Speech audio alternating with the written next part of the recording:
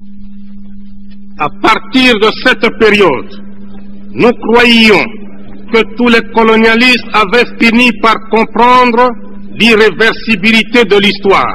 Mais l'expérience actuelle montre que l'Afrique n'est pas encore au bout de ses peines, car les colonialistes livrent encore le combat d'arrière-garde. En effet, des mercenaires blancs, payés par certains pays, avaient cherché à reconquérir même certains pays déjà indépendants. C'est le cas de la République démocratique du Soudan, de la République fédérale du Nigeria et de celui de mon pays, le Zaïre. Dans la ville de Bukavu, à l'est du Zaïre, un mercenaire blanc venu d'Europe s'était proclamé sans rire président de la République du Zaïre. Si un noir l'avait fait en Europe, on l'aurait pris pour un humoriste de mauvais goût, un détraqué mental.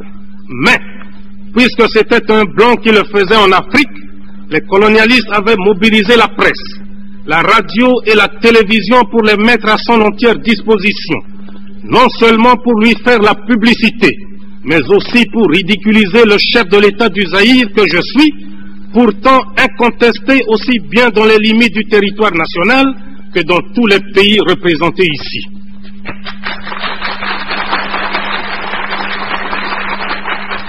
Une telle provocation est pour moi une insulte intolérable que je ne peux pardonner.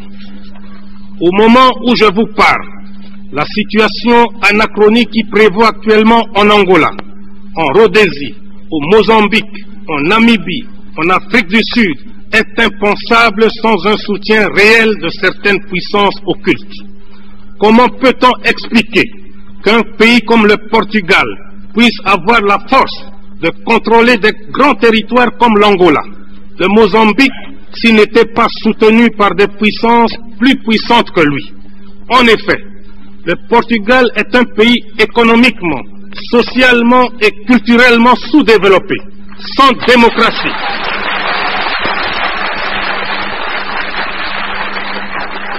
Sans démocratie, sans aucune force militaire.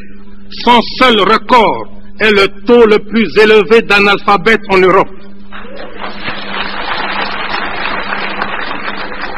Sa force et son arrogance lui viennent tout droit de son appartenance à l'OTAN, car ce pays avec ses colonies est nécessaire stratégiquement pour cette organisation militaire. Le volume d'investissement et de capital